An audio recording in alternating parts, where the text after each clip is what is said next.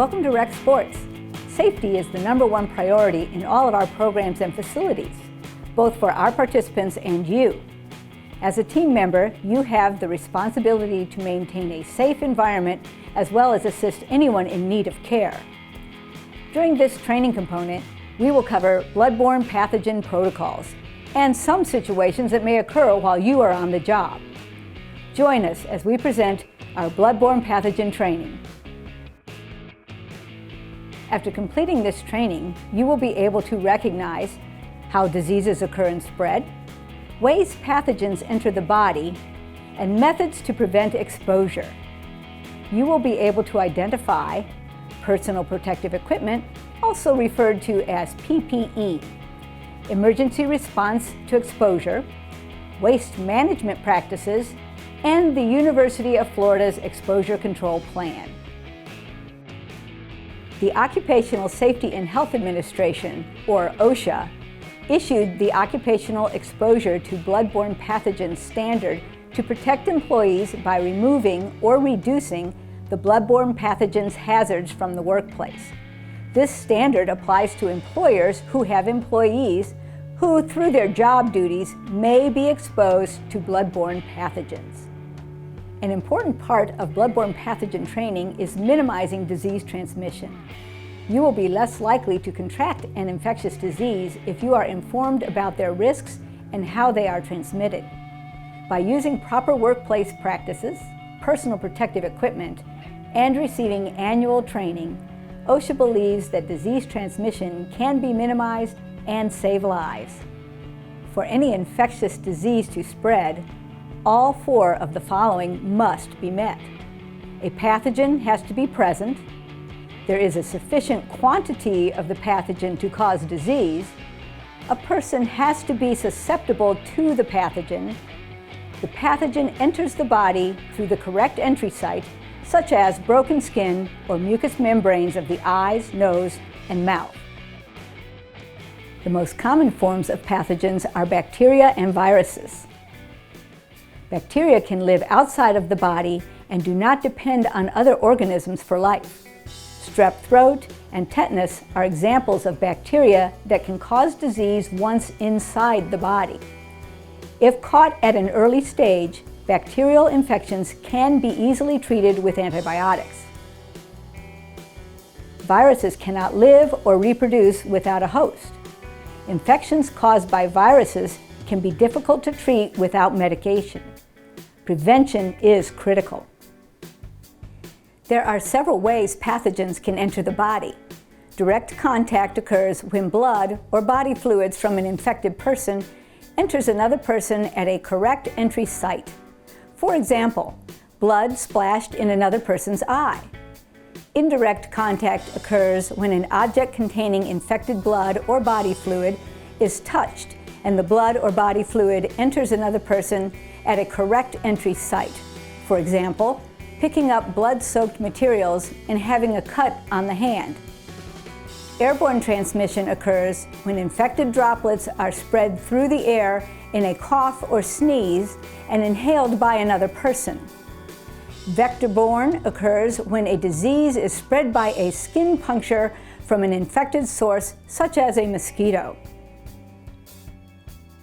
Once pathogens, such as bacteria or viruses, enter the bloodstream, they are considered bloodborne pathogens.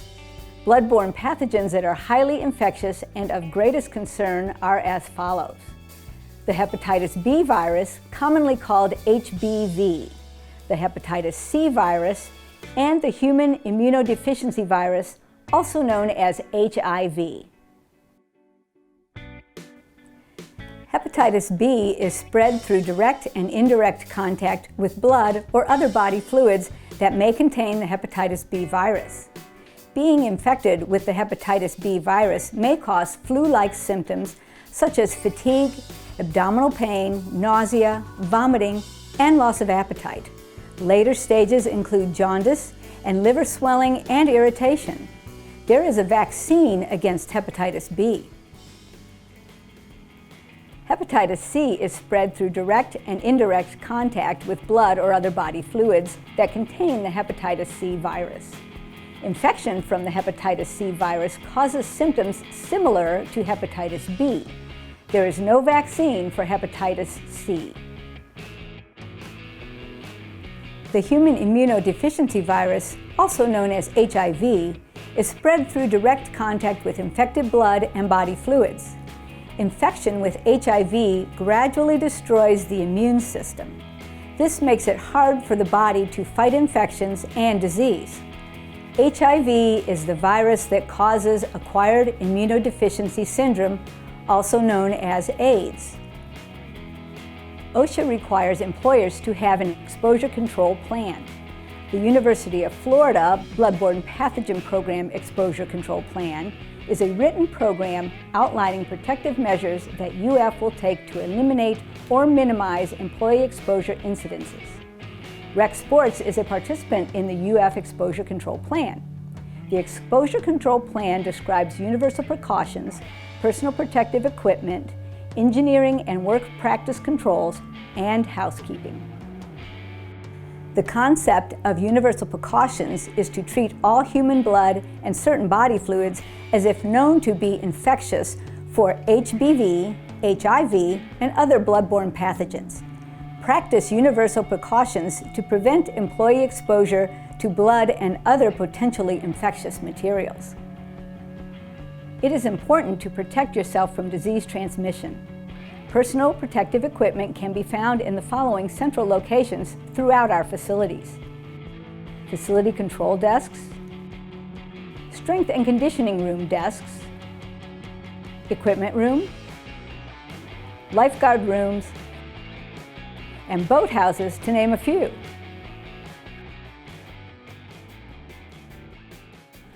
Using PPE will help keep you and your coworkers protected from disease transmission. Personal protective equipment provided by Rec Sports include gloves, mouth and face shields, safety glasses, aprons, pocket masks, and barrier devices. Rec Sports provides non-latex disposable gloves in a variety of sizes to our team members. Always wear gloves when providing care to injured or ill people. Remove gloves properly to prevent coming into contact with blood or other body fluids. Let us demonstrate. Pinch glove at the wrist, being careful to touch only the glove's outside surface. Pull the glove inside out toward the fingertips without completely removing the glove. Next, with a partially gloved hand, pinch the outside surface of the second glove. Pull the second glove toward the fingertips until it is inside out and then remove it completely. Finish by grasping both gloves with your free hand, touching only the clean interior surface of the partially removed glove. With your free hand, pull the glove off completely.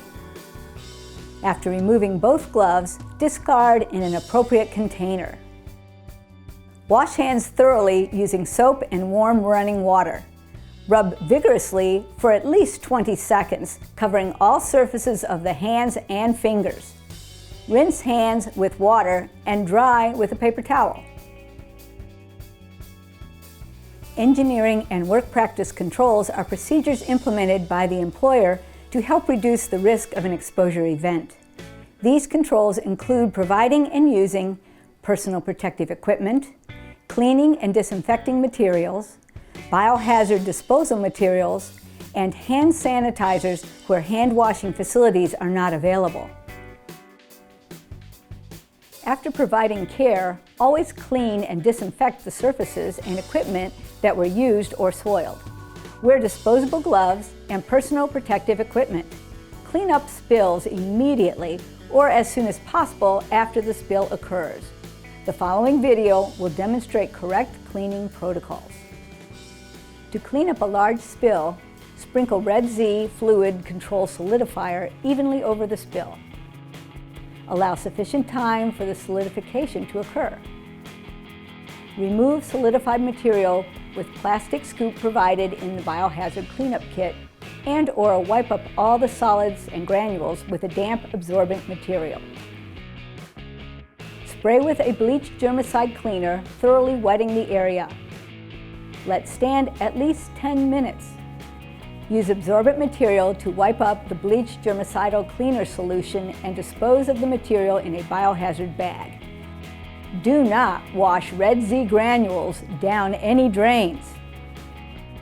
To clean up a small spill, wipe up small spills with absorbent material. Place all soiled materials in a biohazard bag. Clean and disinfect all equipment and work surfaces with Sanicloth plus wipes, keeping the area thoroughly wet for a full 5 minutes. Let air dry. When the area is clean and disinfected, remove and dispose of gloves and other protective clothing in a biohazard bag. Wash hands thoroughly with soap and warm water for at least 20 seconds immediately after cleanup. In the event you are exposed to or think you may have been exposed to a bloodborne pathogen, follow these steps. Immediately call the BBP Needle Stick Splash Exposure Hotline at 866-477-6824 and follow their directions. Wash the exposed affected area for approximately 15 minutes as soon as possible. Notify your supervisor and write down what happened. You and your supervisor will notify the Workers' Compensation Office at 352-392-4940 during regular business hours or first thing on the next business day to complete a first report of injury or illness form. Complete a rec sports injury report form for yourself. Notify the Assistant Director for Safety Risk Management at 352-273-2404 and forward copies of all forms to room 106S in the Southwest Recreation Center. To review, take every precaution to prevent disease transmission. Use personal protective equipment. Wash your hands frequently and every time after providing care. Dispose of all biohazard materials in an approved container. By following the procedures in this bloodborne pathogens training, you will be prepared to perform in any situation that may occur during your shift. You are now ready to take the bloodborne pathogen training quiz. Please complete this quiz to signify your participation in this course.